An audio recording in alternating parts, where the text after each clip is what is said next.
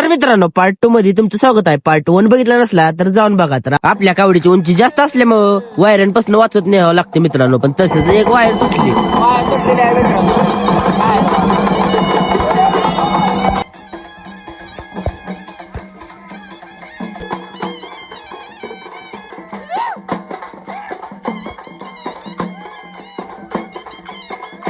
असली मजा येत होती ना मित्रांनो, तुम्हाला शब्दात व्यक्त करू शकत नाही. पूर्ण ब्लॉग बघा, एकदम खतरनाक होणार आहे. मग कावडीतनं पाणी निघत होतं, असलं भारी वाटत होतं ना मित्रांनो. आपल्याला पण नाचू वाटत होतं, पण आपल्याला काय लवकर देतच नव्हती. मग सगळं आपल्या कार्यकर्ते इथं बसलं होतं. मित्रांनो आपल्या गावची अशी एक प्रथा आहे ना, आपली कावड ज्यावेळेस खंडोबाच्या मंदिराला दार घालते तेव्हाच आपल्या गावातल्या सगळ्या गोड्या खाली घेतात. मित्रांनो तुमच्या गावाची अशी प्रथा आहे का? कमेंट मध्ये नक्की सांगा. आणि मस्ती तर नुसती चालली होती. मित्रांनो आपण पण थोडं नाचलो, कारण आपल्याला कावड नाचते म्हणल्यावर आपल्याला पण जोर आला होता नाचायला. आपण पण लय नाचलो मित्रांनो. आपल्या गावातले सगळे कार्यकर्ते एका जागे आलं होतं, मग त्यांना पण घेतले की ब्लॉग मध्ये भावांनो. काय वेळ ना आपण पण कावड नाचवा घेतली मित्रांनो. आपण पण कावड लय दिवसात नाचत होतो, लय मजा केली मित्रांनो. आम्ही फ्रुटी घेतली, असं वाटून खावं लागतं. हे बघा फ्रुटी, हे बघा टेक्नॉलॉजी.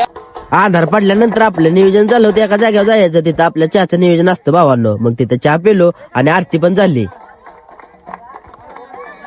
मित्रांनो आता तुम्ही विचार करता काय विषय आहे, तर मित्रांनो नवस पूर्ण झाल्यानंतर असं केलं जातं. मित्रांनो तुम्ही कधी असं बघितलंय का? कमेंट मध्ये नक्की सांगा. आणि परत आपण नाव हलवून देवळापाशी पोहोचल्यानंतर आरतीला पण काही वेळानं सुरुवात झाली. मग आपण पण आरती घेतली मित्रांनो. आणि कसा वाटला ब्लॉग कमेंट मध्ये नक्की सांगा. आजच्या ब्लॉग मध्ये एवढंच.